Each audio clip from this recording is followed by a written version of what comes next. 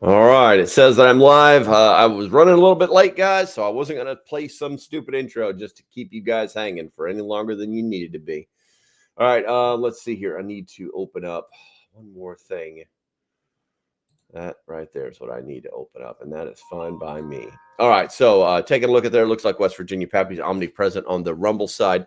First and foremost, guys, good morning. Happy Monday morning. My God, what is going on with this dryer?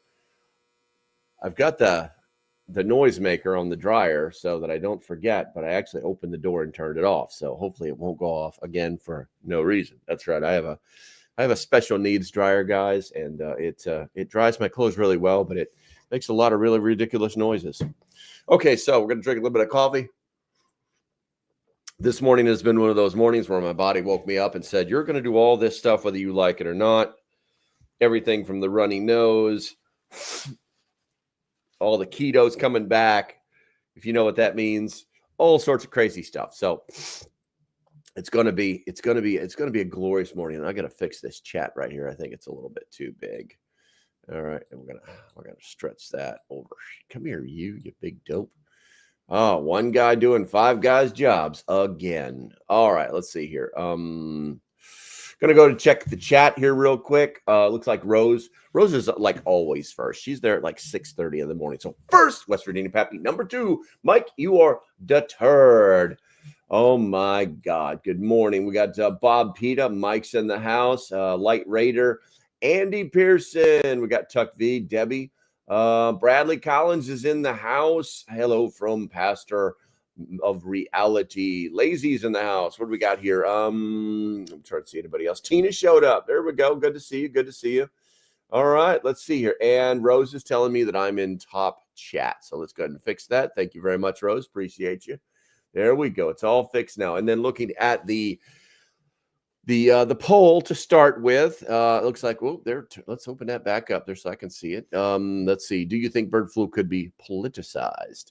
67% believe that it could be. Now, before we go any further, for my YouTube handler, disclaimer: this is strictly informational. This is not like we're not going to go down that conspiracy rabbit hole, guys. We're going to talk about this stuff very factually, okay? And the reason we're going to do that is because where are we at here? I want to read you something. This happened on Friday. So the Center for Disease Control and Prevention, the CDC, has confirmed a human infection with avian influenza H5N1 bird flu in a child in California. This happened on Friday. This is the first reported avian influenza H5 virus infection in a child in the United States. Consistent with previously identified human cases in the United States, the child reportedly experienced mild symptoms and received flu antivirals. There were low levels of viral material detected in the initial specimen collected. The follow-up tested the child several days later, was negative for H5 bird flu, but was positive for other common respiratory viruses. Interesting. The child is recovering from their illness. An investigation by the California Department of Public Health in the child's possible H5N1 exposure source is ongoing. Very interesting stuff. Let's see here. Let me roll through the chat. There we go. Okay. We got Bullseye Ben popping in here saying people in power will do whatever to keep and maintain power. We need to remind the people that in a constitutional republic, we elect public servants. America is not a democracy. 100% true. 100% true. Ian's in the house. Good morning, my friend. Good morning, my friend. Touche, Bullseye. Touche. Okay, so with that said, like I said, this is not about the next pandemic, or we're not going to go down that rabbit hole. And the reason we're not going to is because what I found is that you can talk about pretty much anything you want to on YouTube, as long as you speak intelligently. You don't have to necessarily follow their paradigm or their their personal views. You know what I'm saying? But as long as you're speaking intelligently, then you can normally get your video passed. And hopefully this video will be able to stay up for some time to educate a few people. Looks like Laser showed up here, and good morning, my friend, on the Rumble side. Rose says, you may not, but local news saying wear your mask if you're not feeling well. No notice of current medical issues. Yeah, with the mask thing, I pretty much just have come to I just, it's like better to think, I'd like to stay like glass half full as much as I can when I think about things. And, when I see somebody in a mask in Wally World, I'm thinking to myself, well, they must be, immunocompromised. That's the only thing I can think of, because at this point, people must really think that you're stupid, or maybe this is just over paranoid. It could be anything really, but I try not to judge. Okay, so with that said, guys, I'm going to sip a little coffee here, and we're going to talk about this. So there are bird flu concerns. Is this a perfect storm that's brewing? Brewing for what would be the first question. Recent discussions surrounding the H5N1 bird flu have intensified, raising critical questions about its potential impact and the necessity for preparedness. Medical experts have provided insights into the current situation, noting both the presently low risks and the potential for future complications.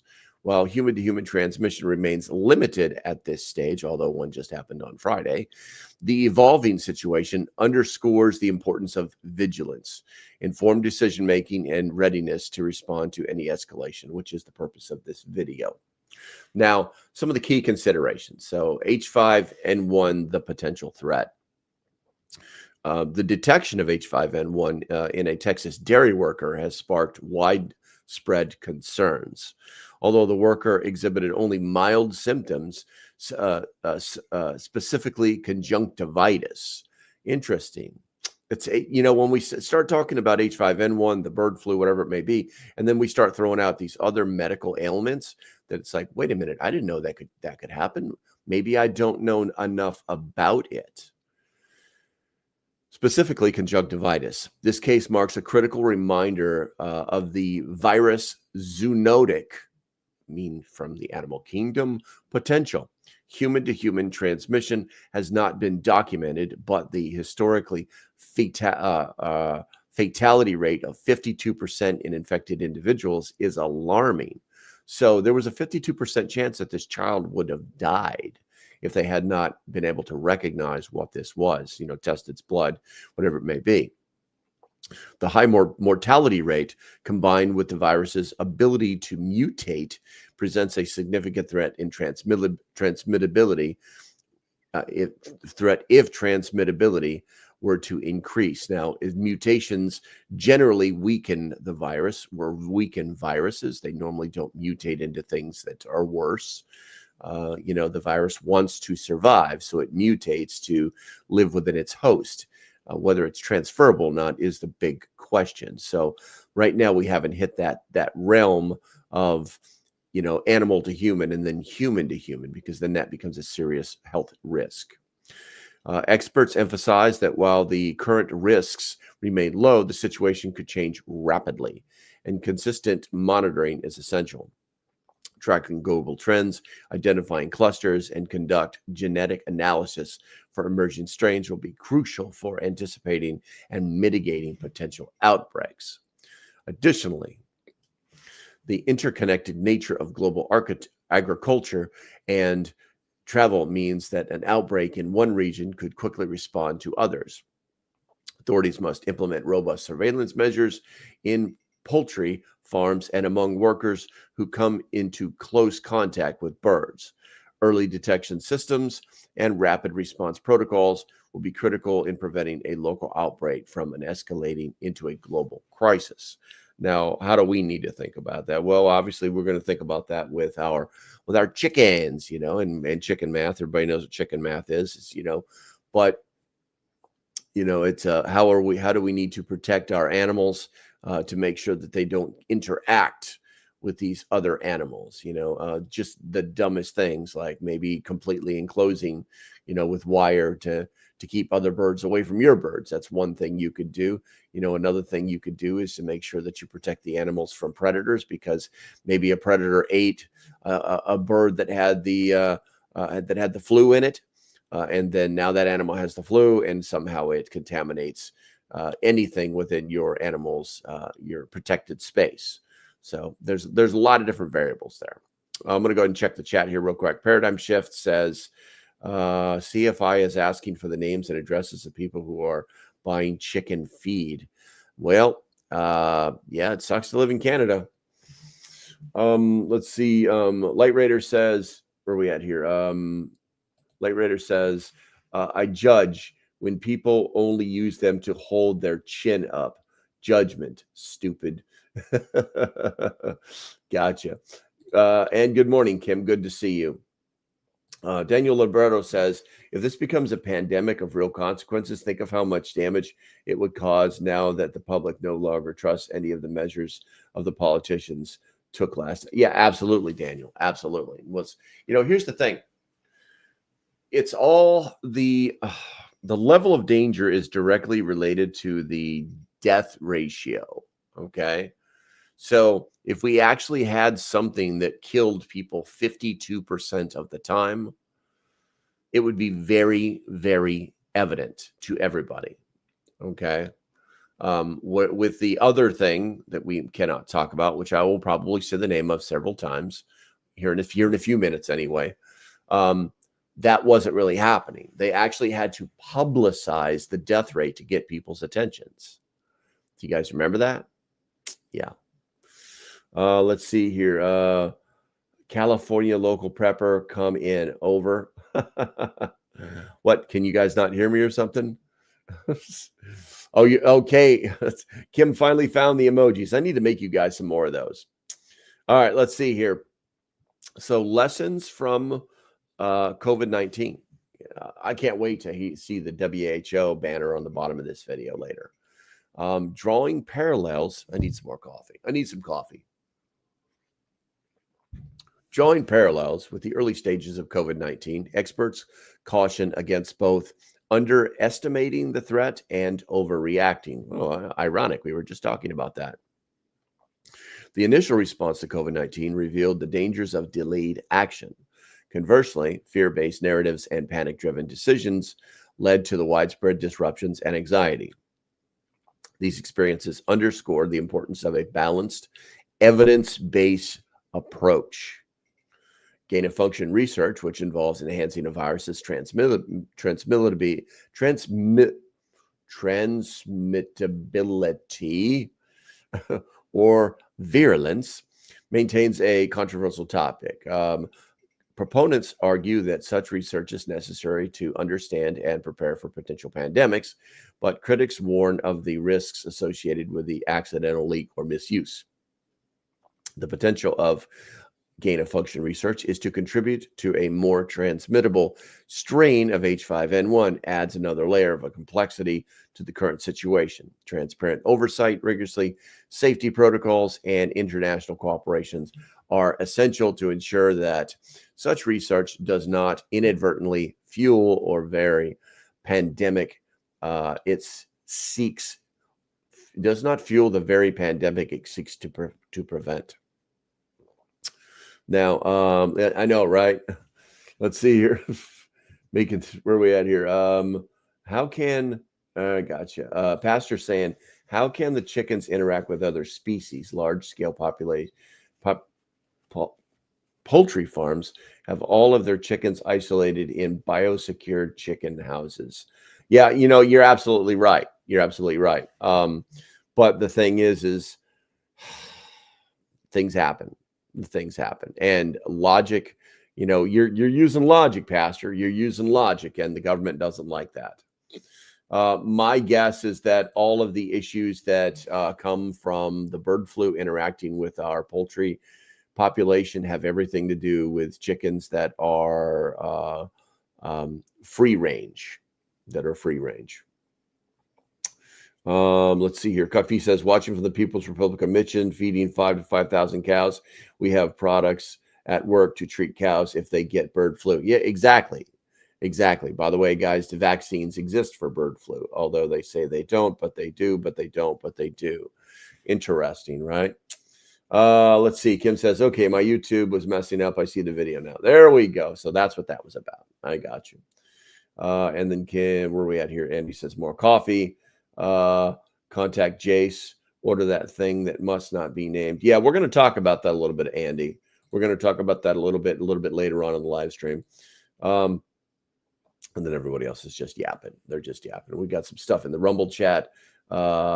When Paradigm Shift got asked for the name, the address, name and address for buying chicken feed, I told them my name is Helen Waite.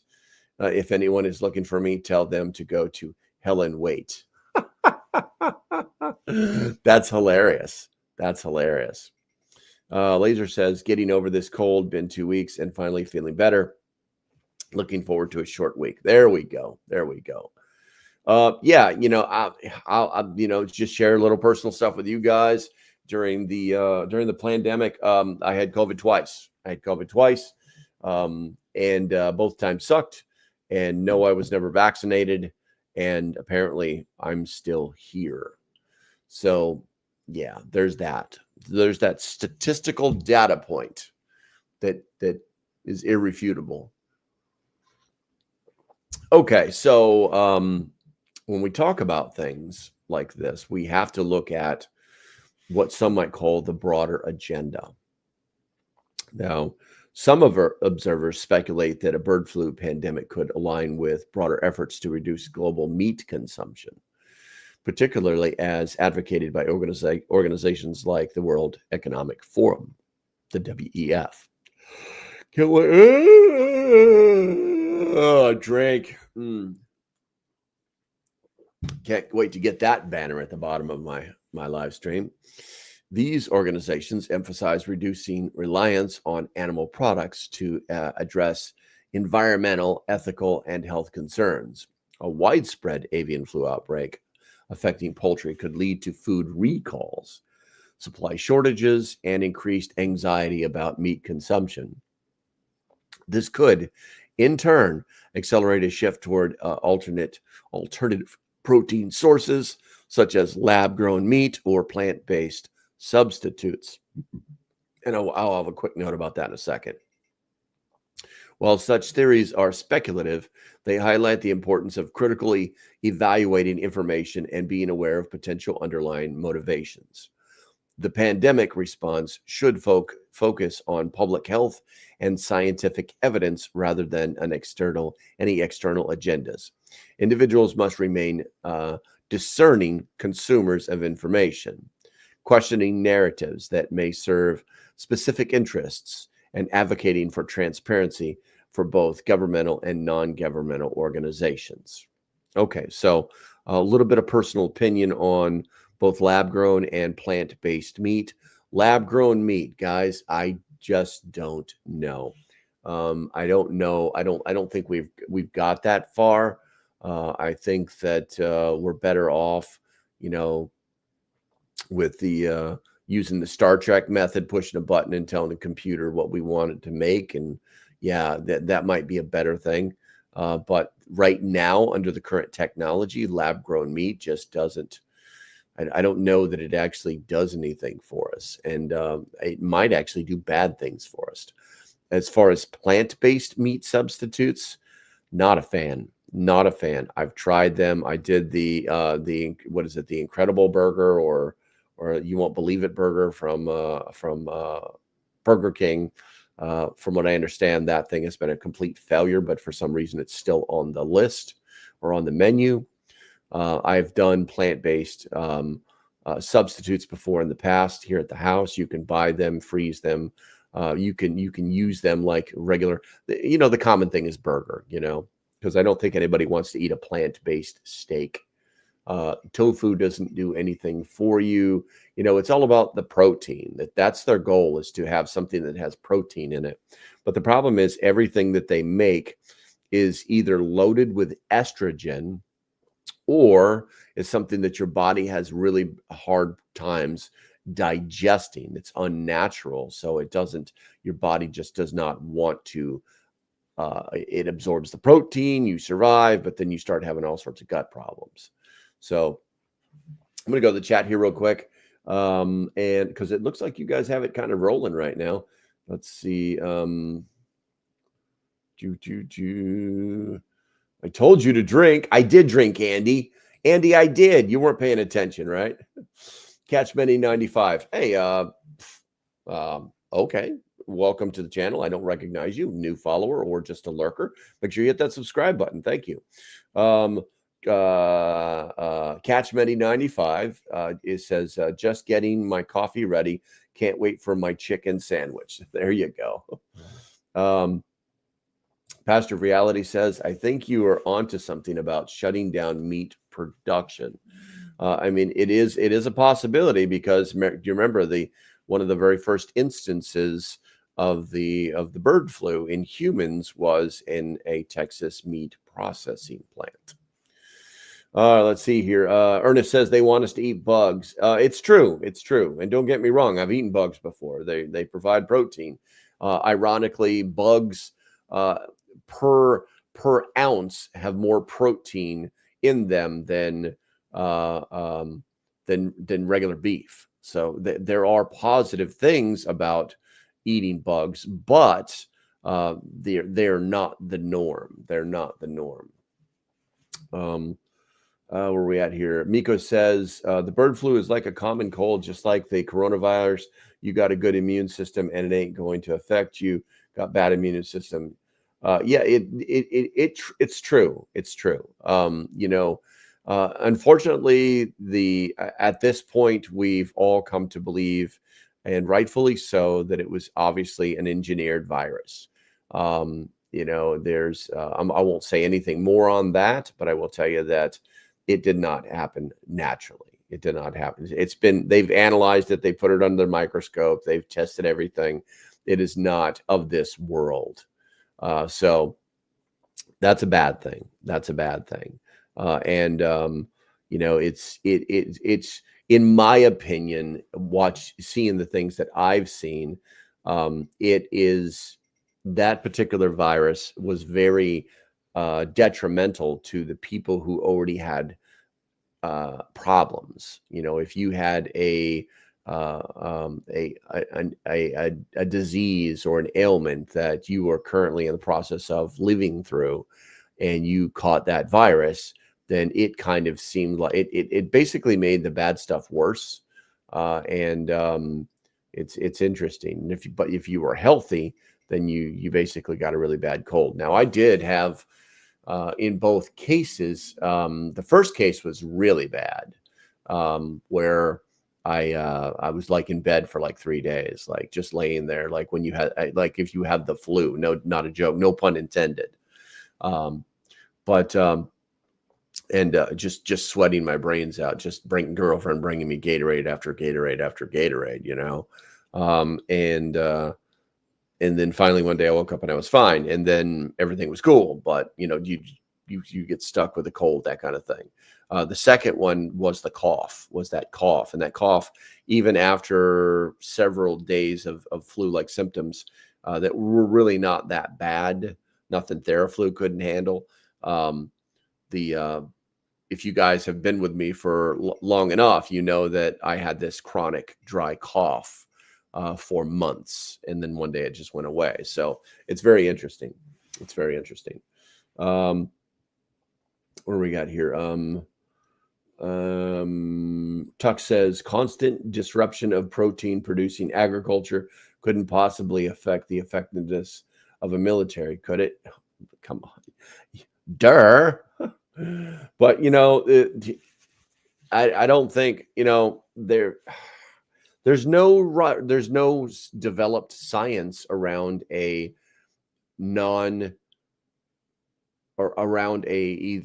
no science, or should I say long-term science, that speaks to the benefits of using plant-based or genetically or grown proteins. Okay. It hasn't been long enough. There's not enough studies. And some of the studies have actually come out and said that it's not really great for you.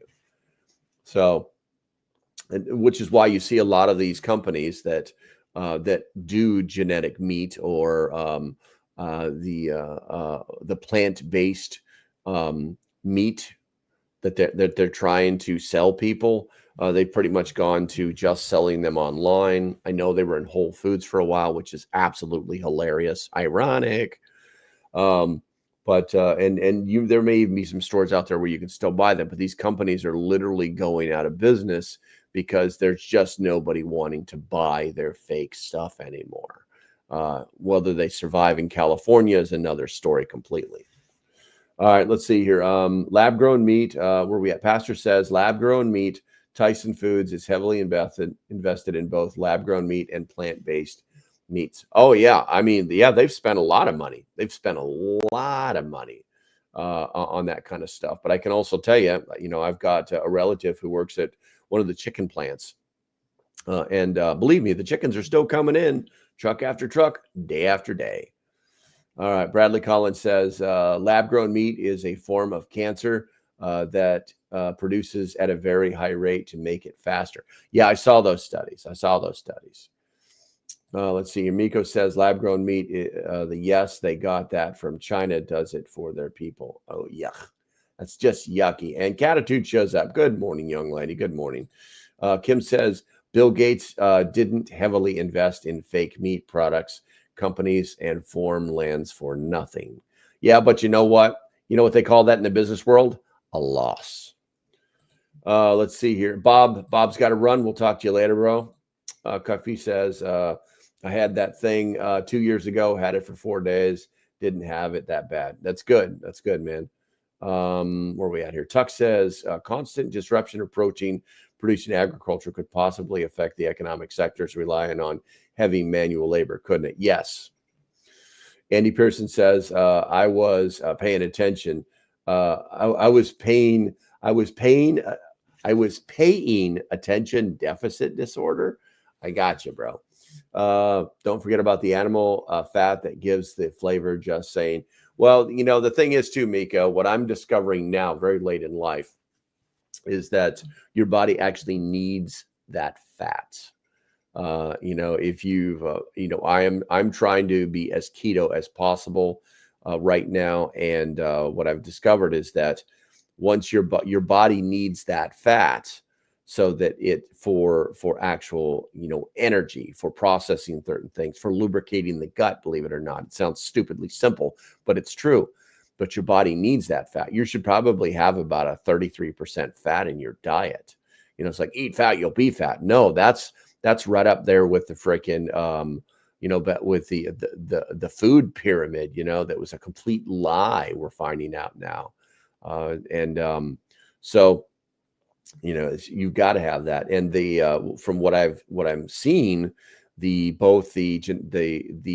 meat that is coming from the labs, as well as obviously not say the lab meat doesn't have fat in it, and it's super lean. It's just pure muscle supposedly, and then the plant-based proteins are going to have no fat in them whatsoever. So now you got to find a way to get this fat in your body.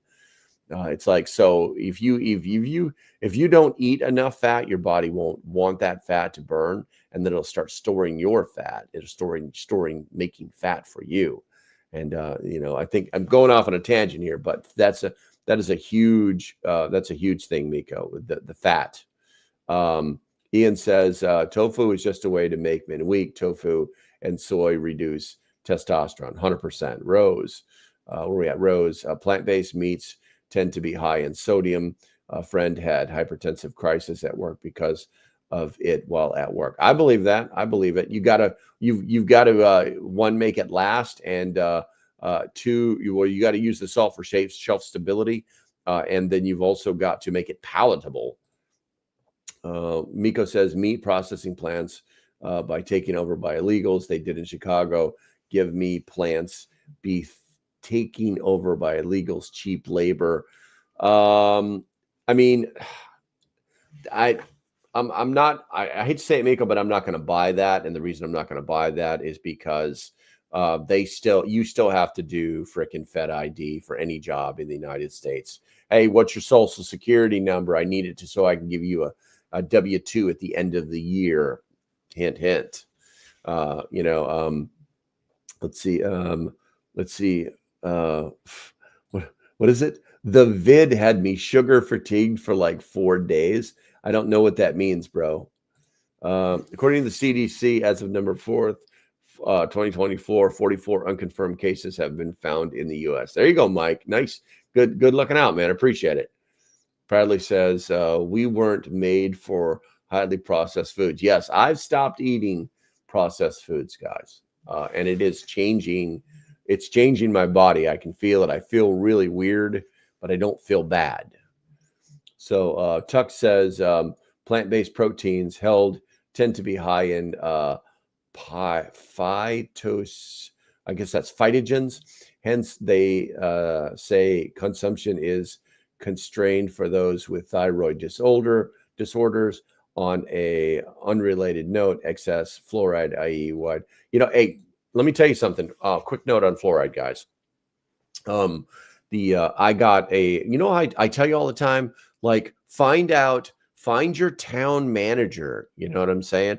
Go talk to somebody in your town office and say, is there like the town manager's minutes? Is there like an app? Can I sign up to get texts?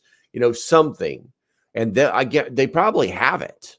And so this little town in Virginia that I spent a lot of time in now is I get the manager's minutes once every week. No, it's once every 2 weeks, I think. And they're taking the fluoride out of the water system. And ironically, the reason they're doing it is because the federal law mandates is that you have somebody that is qualified to put fluoride in your water system. And the company that runs the town's water doesn't have that person, and they're not going to hire one. And so now the town is forced to take the fluoride out of their water. This sounds like this was a government scam, is what it sounds like. So note to self, go talk to your town manager about fluoride in your water. All right, let's see here. Kim says, make animal fat great again. There you go. There we go. Hormel's China's own. I think I'm getting deep in the comments here.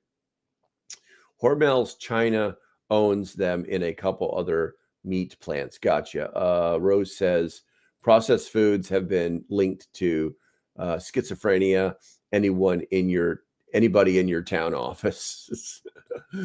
Mike says the side effects of that 3-day fast and my sugars are under better control. Yes, I got down to 197 pounds, but I'm already back at right at 199, and my blood sugars have leveled out. And like I said, I don't feel bad. I just feel different. I feel like weird, So let's see here. Okay, so Pastor says, Miko Wolf, I've been in a food processing plant in Chicago. It was full of illegals. They were being paid $2 below minimum wages. That's interesting. I wonder how they do their taxes. Bradley says, I used to deliver parts to the large water company here in Indy, and they always told me, don't drink the water. Miko says, you want meat products, you go to your local butcher. At least you know where the meat comes from, and you know who's doing it. Absolutely true, Miko. The other thing too is with this diet, I only eat twice a day, but I'm never hungry. And I do get cravings, but not crazy cravings. So let's see here. Bradley says, I got down to 204 and I'm back to 208-ish, but still a quick burn if 8-ish pounds. Gotcha. All right, so let's get back on this. Let's get back on this. Matter of fact, it's that time in the live stream where if you love your country, put a 1 in the chat. America, and drink coffee, talk smack, and read you stuff is what I will do now. Okay, so vaccination and medical preparedness.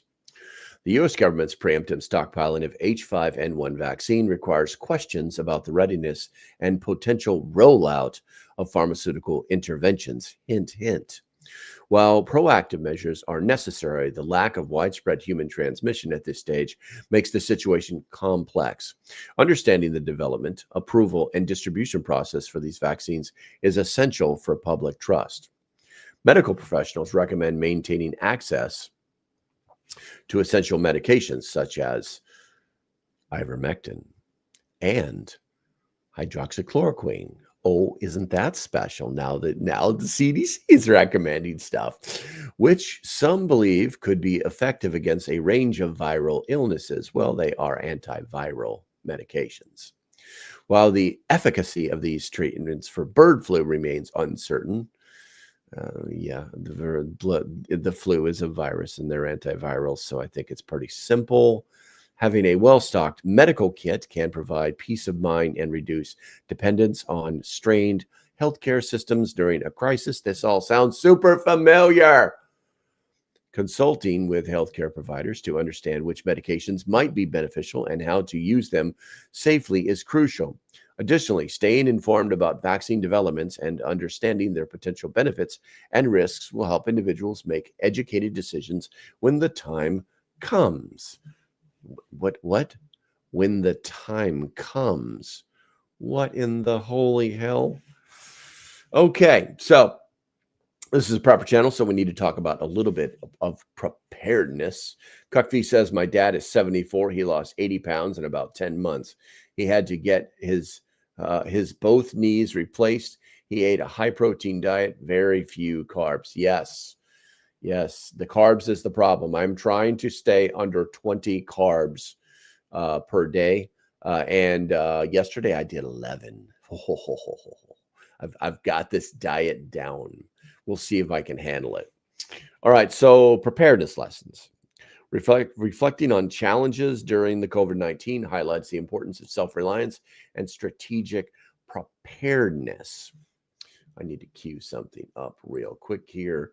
Why does that look so different? I don't know what that was about. Where are we at here? And there it is, right there. Okay. So, stockpiling essentials. Building a well-rounded reserve of critical supplies is fundamental. Focus on non-perishable foods, medical essentials, hygiene products, and other high-demand items. Lessons from the COVID-19 pandemic, such as the shortages of toilet paper and yeast, illustrate the importance of anticipating supply chain disruptions. Consider diversifying your stockpile to include long-term food storage, water purification, and basic medical equipment. Where are we at here? That's what Bradley says. That kind of read like, if you're prepared, then you should be better off. Did it? Is that how it read? I must have written it properly. Thank you, sir. Appreciate you. Z-Pack is a good combo to have on hand. There you go, Andy. I got you. All right, so next thing is financial readiness. Now, a lot of people don't like me talking about this because they're like, oh, man, I can't save money. I'm like, whatever, dude. Establishing a financial safety net is crucial for navigating economic disruptions.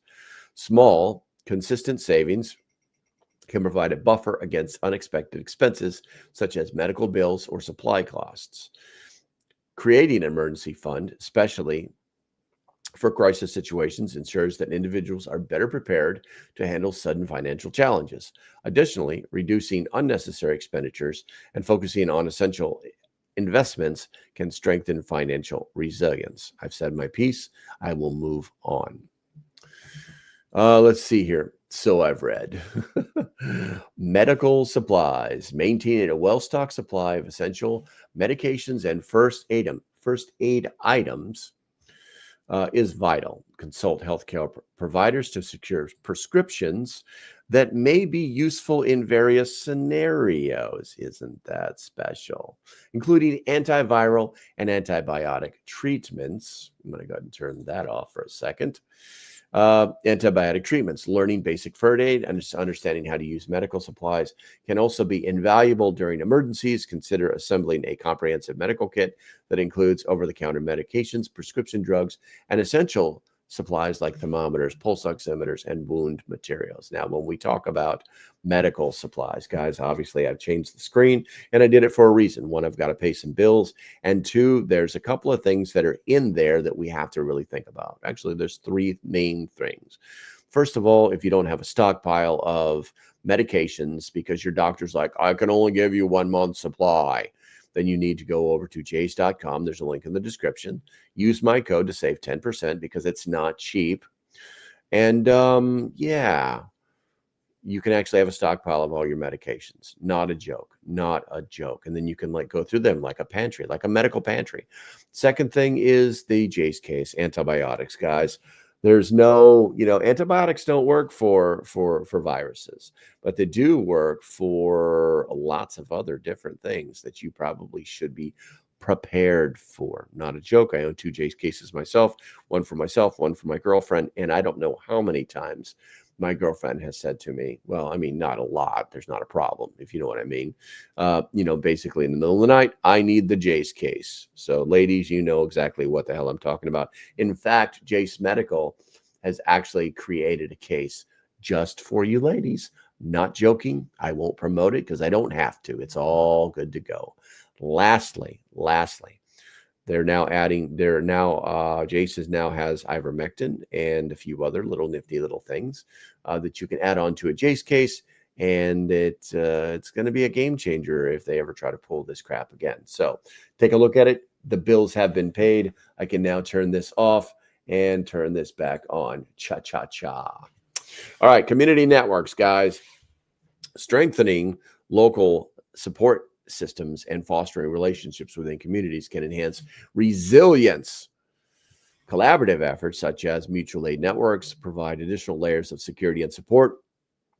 Sharing resources, knowledge, and skills with the community can help mitigate the impact of crisis and foster a sense of collective responsibility. Establish communication channels and emergency plans with neighbors and local organizations can ensure a coordinated response to potential threats. Now, 2 main things before we go to the chat. Stay informed. Remaining informed is crucial for making sound decisions in a potential crisis. Following reputable sources, like myself, cross-referencing, do your own research, cross-referencing information, and avoiding sensationalist reports, which I absolutely hate, will help individuals stay grounded and prepared. Understanding the broader context and potential implications of public health advisories ensures that responses are based on accurate information rather than fear. Then moving forward, guys, while the current risk of H5N1 remains low, the potential for future escalation underscores the importance of preparedness. Individuals should focus on practical, proactive steps to enhance their reliance, including securing essential supplies, strengthening financial stability, and maintaining access to critical medications, which we just talked about. By learning from past experiences and adopting a balanced, informed approach, communities can navigate future challenges with confidence and clarity. Vigilance, critical thinking, and self-reliance will be key to managing any potential crisis effectively. Well, with that said, guys, now's the time. If you have not voted, looks like we've got a lot of votes already, but if you have not voted already, because we actually had 50 people in here at once. I started talking about some facts and people left, so it tells me who they are. The question was, do you think the bird flu could be politicized? 69% believe so, 21 are possibly, 10% are unsure, and 0 are no. Wow, that's interesting, guys. That's interesting. Going to the chat, where are we at here? Let's see here. No vaccines. Doctors are crack. I don't believe in doctors. Well, I believe in doctors, Miko, but I personally know somebody who was doctored to death. Not a joke. Boxes of medication left behind, and they weren't a stockpile. They were like the stuff they were taking every single day, literally doctored to death. Bradley says, I think I kind of read like if you're prepared, then you should be better off. Wah, wah, wah. Ian says, of course, us, America. Where we at here? Ivermectin HQ, Z-Pack is good. All right. All right. So I'm not seeing anything new in the chat. I thought there was something in there, but I'm not seeing anything new in the chat. All right, guys. We are running up on our 1 hour. Looks like, oh, wait, there's something over here on the Rumble side. Hicktown Honey. Paradigm Shift to say, oh, I guess Hicktown Honey.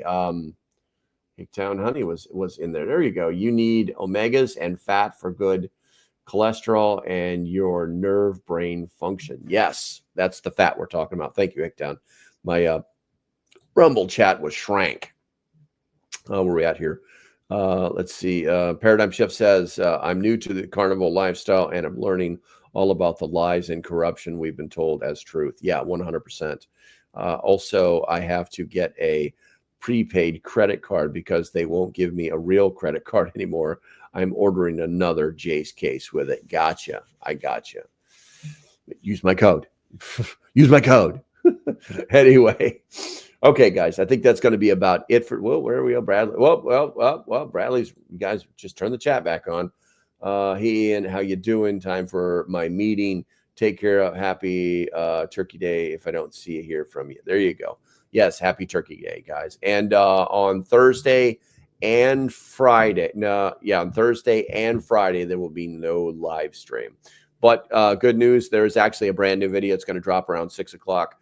Tonight that's actually talking about how I moved my pantry and how I ate some, I don't know, 2015 canned food.